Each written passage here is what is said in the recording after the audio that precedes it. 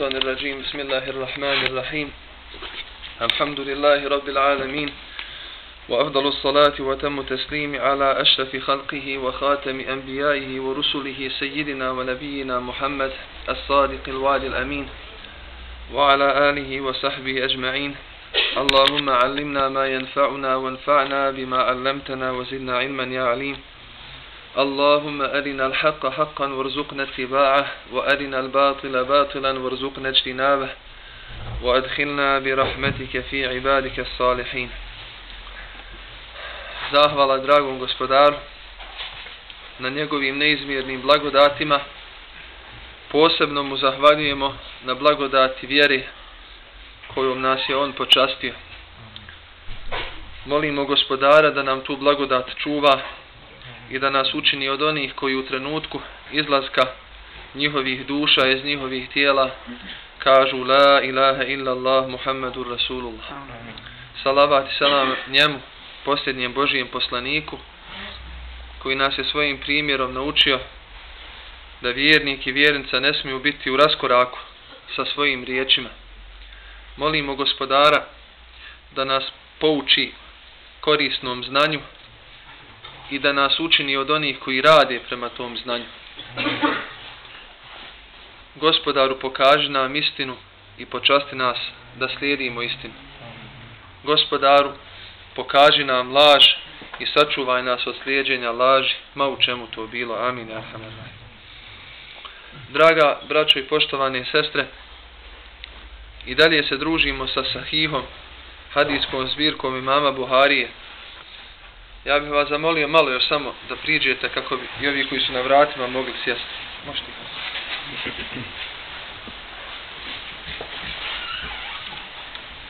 Došli smo do 167. hadisa i 31. poglavlja, a knjiga koju konkretno čitamo jeste knjiga koja govori o abdestu.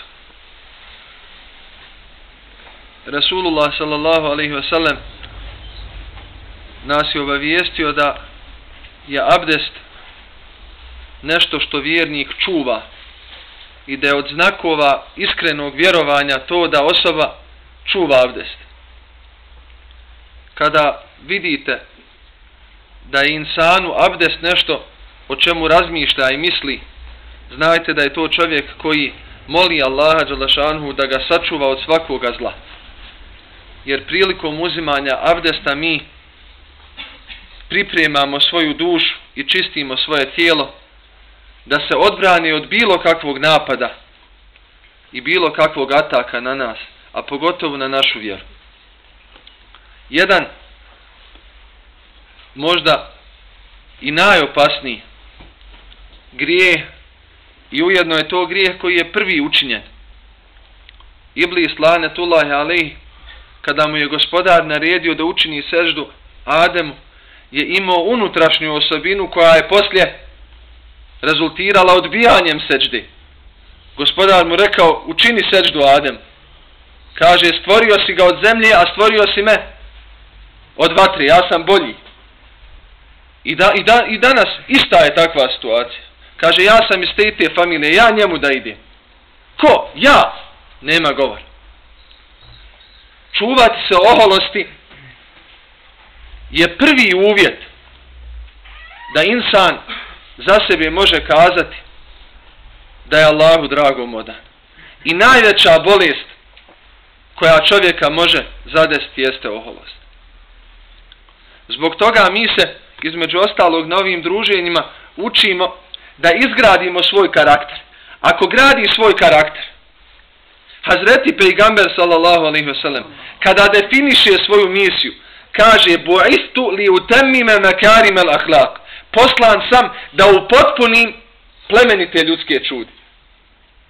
Rasulullah sallallahu nije rekao da ja novi plemenite, ne, došao sam da ih upotpunim. U drugom hadisu kaže, primjer mene i primjer vjerovjesnika prije mene, kemeseli rađulin bena bejta, jeste, kaže, ko primjer jedne građevine koju je neko napravio. Dragi Bog je napravio vjeru. To je njegova građevina. Kada u nju uđeš, sačuvao si. I kaže, ta Taj objekat je, kaže, sav gotov, samo u jednom čošku nedostaje jedna cigla, kaže, jedan dio. Kaže Resulullah sallallahu alejhi ve sellem, ja sam taj mali dio. Sallallahu alejhi ve sellem. Pečat svih poslanika.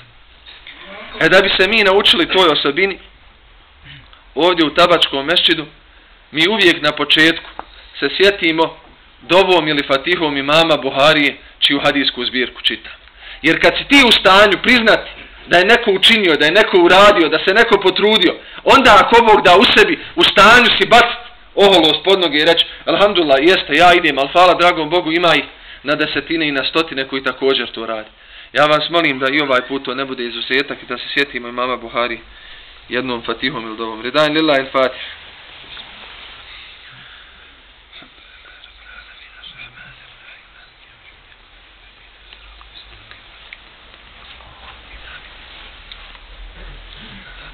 Prvo poglavlje nosi naziv Babu tejemmuni fil vudu'i wal ghasl. Poglavlje počinjanje sa desnom stranom prilikom uzimanja abdesta i gusula, kupanja. Mi smo kazali da je naš identitet koji je utemeljen na svjedočenju da nema drugoga Boga osim jednoga uzvišenog stvoritelja Allaha dželešanhu i svjedočenju da je Muhammed alejhi selam pečat njegovih poslanika, da je taj identitet jak onoliko koliko ga poznajem. S jedne strane, da bi identitet bio jak, mi ga moramo poznavati. I dolazak na halku hadisa treba biti sa tim nijetom. I da nema ni jednog drugoga hadisa koji govori o vrijednosti dolaska na mjesta gdje se uči znanje, dovoljno nam je وَإِنَّ الْمَلَائِكَةَ لَتَضَعُ أَجْنِحَتَهَا رِضًا لِطَالِبِ الْعِلْمِ. Meleki spuštaju svoja krila pod noge onoga ko traži znanje. Da nas Allah dragi počasti da to bude, ako Bog da, naša osobina. Kazali smo, s jedne strane identitet treba imati znanje, s druge strane trebamo se ponositi svojim identitetom. Ne znati ono što jeste naš identitet ili ne poznavati nešto od propisa Islama čega se čovjek treba pridržavati, jeste pokazatelj nemarnog odnosa prema identitetu. Ti možeš neke išarete, da kažem, iz nepoznavanja zanemariti. Banalan primjer. Imate svi koji voze automobil, znaju da ima lampica za ulje. I upali se ta lampica, znači zaustavi auto, naspi ulje. Sjedi pored tebe i čovjek kaže, ne, kad se upali, to je tako za ukras, malo da te licka. Nakon nekog vremena samo se motor počne šta? Pušiti. Gotovo. Otišao motor zato što mi je nedostajalo ulje. Jednako tako, ako zanemarimo išarete koji danas govori da promjena u umetu će doći kada umet počne opet tražiti znanje. Onako kako su tražili uz Resulullaha sallallahu alejhi ve sellem. I znanje i djela. Mi smo ranije spominjali, ako se sjećate, da imam Buharija kazao Babu al-ilmu qabla al-qawli wal-amal. Kaže poglavlje znanje prije riječi i djela. Danas ljudi učine djelo ili kažu nešto pa onda skonta da nije to da nije uopće poznavao šta to znači. Vrlo je bitno da vjernik i vjernica svoj identitet utemelje na znanju. I kada znaju da to praktično primijeni i da se ne stide ma gdje bili. Ovdje ovo poglavlje desna strana. Mi smo ranije spominjali, oni koji se sjećaju, kako je Resulullah sallallahu alejhi ve sellem jednom od ljudi kazao, koji je jeo lijevom rukom, jedi desnom rukom. Taj čovjek je kazao, ne mogu. La estati'u, na arapskom. Kaže mu Resulullah sallallahu alejhi ve sellem, jedi desnom rukom. Jer zašto? Subhanallah. Vrhunac pokornosti Allahu jeste da koristiš ono što ti je on dao na način na koji on zadovoljan. Allah mi dao život. Trebam ga upotrijebiti kako on zadovoljan. Allah mi dao dvije ruke. Rekao, jednom jedeš, a drugom se čistiš nakon što završiš nuždu. Kada to učinim, ja sam na osnovu svog znanja upotrijebio ono što mi je Allah dao. Kaže njemu Resulullah, jedi desnom rukom. Zaista šeitan jedi lijevom rukom. Zašto? Samo da bi pokazao oholost i upotrijebio ono što mi je Allah dao na suprotan način. Kaže on, ne mogu, la estatiju. Kaže Resulullah sallallahu alaihi wasallam njemu, lestatate, da Bog da ne mogu. Jer ako si riječ istinu, rekao istinu, onda ništa se neće desiti. Kaže, u tom trenutku desna ruka mu se osušila. Subhanallah, razmišljam o sebi koliko puta sam, gospodar mi je nešto naredio, a ja sam neki svoj čeif stavio prije toga. Kako to kaže Hasan al-Basri, Allah dragi nije morao u šerijatu dati da imate šerijatske kazne. Moglo se desiti da same ruke otpadaju. Subhanallah. Allah dragi je hayyun sitir. On je onaj koji se stidi i koji pokriva sramotu svojih robova. Da bi oni imali priliku da mu se vrati. Tako da smo i ranije spominjali da je desna strana ona koju je Resulullah sallallahu alaihi wasallam davao prednost. Ovdje konkretno se govori o dvije nama bitne stvari. Jedna je uzimanje abdesta, a drugo je kupanje. I vi znate da bi Resulullah sallallahu alaihi wasallam najprije izlio posudu vode na svoju glavu, a zatim na desnu pa na lijevu stranu. A sada mi to, hvala Bogu, možemo ovom tekućom vodom iz tuša uraditi. To je blagodat Allaha drago, koju imamo u svojim kućama. Cijenimo je. Evo već sada govore da je takva suša u Bosni i Hercegovini, da u nekim mjestima, u Sarajevu, u nekim naseljima već su počeli uvoditi redukcije. Jedan alim, kada su ga pitali zašto nema vode, kaže neće se Allahu neposlušno biti, pogotovo razvrat kad se raširi. A da Allah dragi neće tom naselju uskratiti, doslovno se kaže bereket iz sema, bereket sa nebesa, a to je kiša. I što više bude grijeha, očekujte da će biti sve manje vode. Takav nemoral kada se raširi, kaže kada bude jeftino meso ljudi, neuzubila trgovina ljudima, prostitucija i to, kaže znajte da će biti skupo meso životinja, bit će skupoća. Jer svaki grijeh, bez obzira koliko se nama činilo, svaki grijeh utiče na ono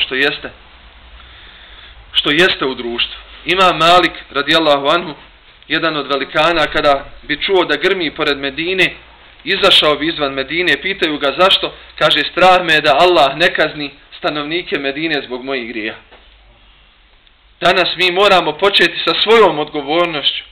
Ja želim da slijedim Resulullah i molim Allaha dragog da me počasti da budem od onih koji će biti sebeb da Allah dragi dadne da kiša obilna pada. Da dadne da u našem društvu se porodice čuvaju. Ovako kako je sada, ako nema znanja, pa nemojte, vjerujte mi, ako mi ne budemo prenijeli mlađim generacijama, kuda nemoralan život vodi? Morat će proći kroz to pa vidjeti gdje ih je odvelo. Sam si 20 godina prošlo. Okrene se na svoj život, nikad joj niko nije rekao nema šanse za brak ako imaš prije intimne odnose, jer to uništava povjerenje u braku. Nema muž u ženu povjerenja, niti žena ima u muža povjerenje. Nema tog 70 i više % razvoda braka na zapadu. Oni vode evidenciju zbog čega dolazi. Kaže predbračne veze. Nema braka. I posebno tu svoj ulog. Šta je moje? Moje je da kaže na najljepši način da prenesi. Ovaj hadis, dakle, govori o davanju prednosti desnoj strani prilikom uzimanja abdesta i vi znate da mi to radimo kada peremo ruke i zapiremo svoja usta i nos, zatim peremo najprije desnu ruku pa onda lijevu ruku. Isto je tako sa desnom nogom, zatim lijevom nogom. Sada ovaj hadis Rasulullah sallallahu alejhi ve sellem, iako govori o ovome, ima druge bitne poruke, pa ćemo ga ako Bog da pročitati.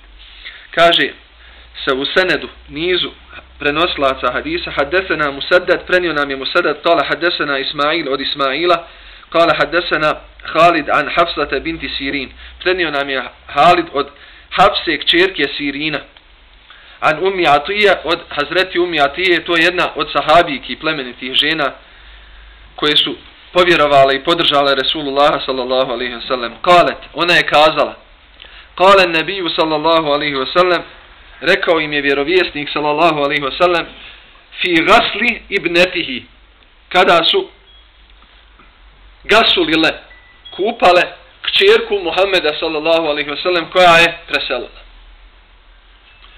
Ibda'na bimejaminiha, počnite sa njenom desnom stranom.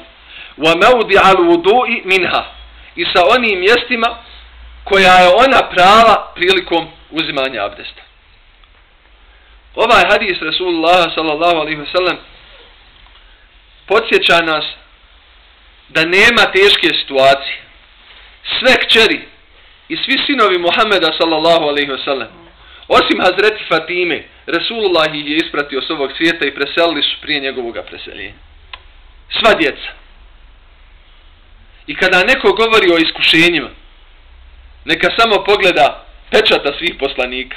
I nije bez razloga on kazao hadis ešeddu nasi bela'an al-anbiya. Na najvećim iskušenjima će biti oni koji su vjerovjesnici.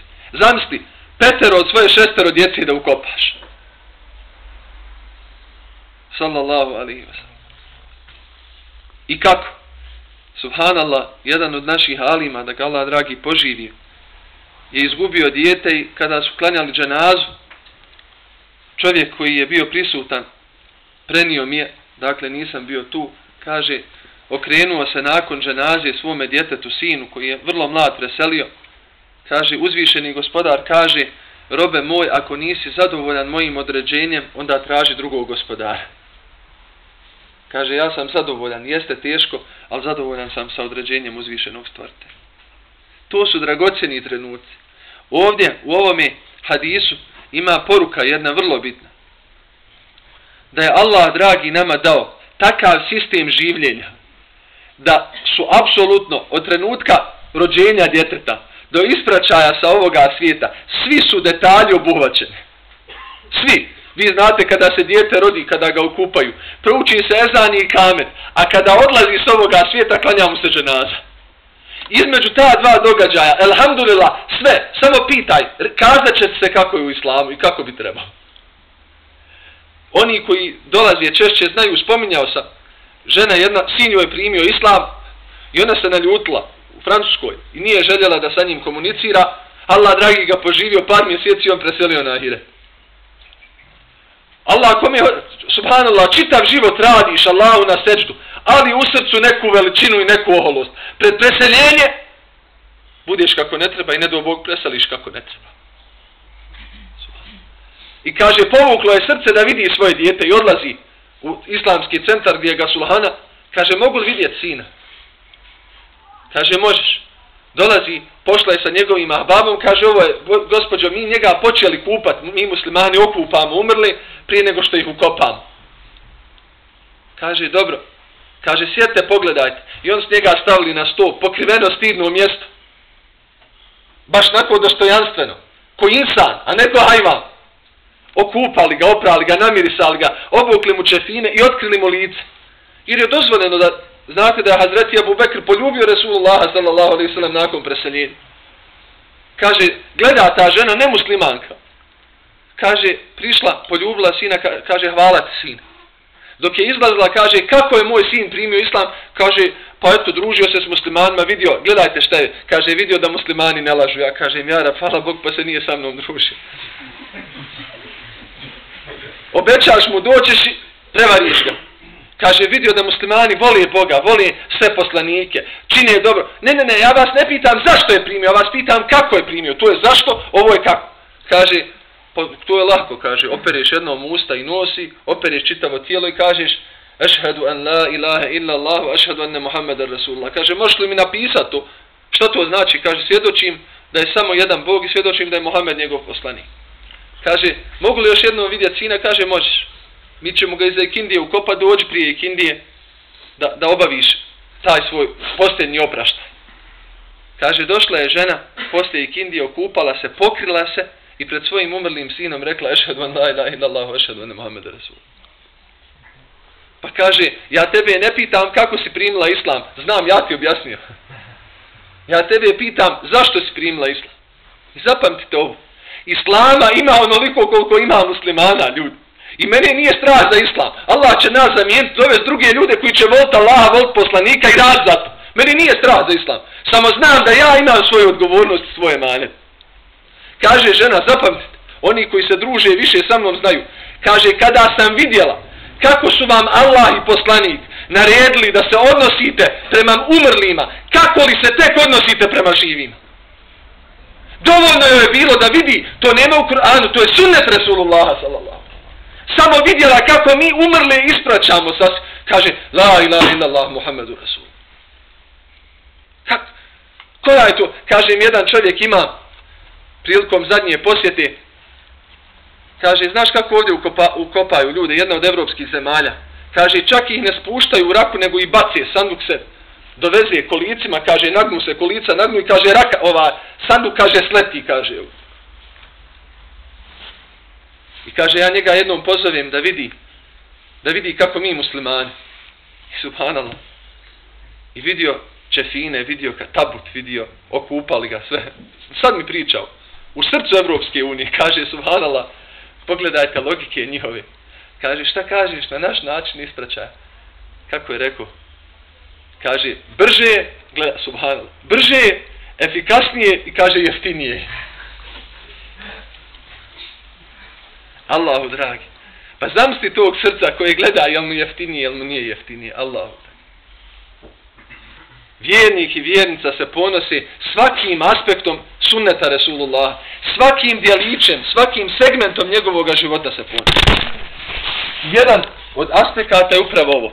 Resulullah sallallahu alejhi ve sellem uči žene kako će, jer žene gasule ženu, kaže, počnite sa njenom desnom stranom i onim mjestima, ovo je sada, subhanallah, ovo je, kaže, počnite sa onim mjestima koje je prala prilikom abdesta. Kao da nam je Resulullah sallallahu alejhi ve sellem rekao, toliko je u trenutku preseljenja bitno jesi li bio na namazu, jesi li klanjao namaz ili nisi. Da kada umrloga kupamo mu prvo ona mjesta koja su na sećtu padala i ona mjesta koja je prao ili prala prilikom abdesta. Subhanallah, klanjati prije nego što ti klanjaju. Da nas Allah dragi počasti da budemo takvi. Amin.